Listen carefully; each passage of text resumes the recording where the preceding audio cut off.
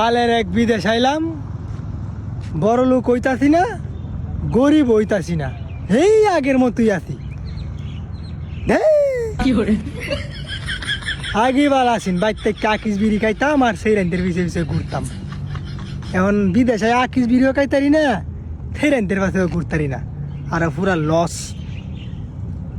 বন্ধু বান্ধবে ফোন দিলে কই ৮০-৯০ হাজার টাকা বেতন ভাই, এমনি খাওয়া দেয় ৩০ হাজার টাকা বাড়াইতারি না ভাই।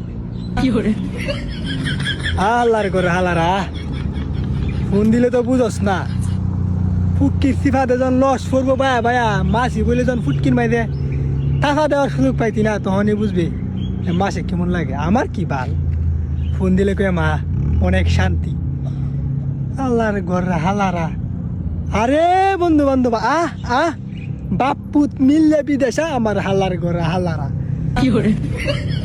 আইলে বুঝবো। অনেক ফার্ম দিয়ে কইতে তাই বিদেশ মানে শান্তি, আইলে যখন নেংডি যখন উগাইতো না তখন বুঝবো বান্দির কোথায়।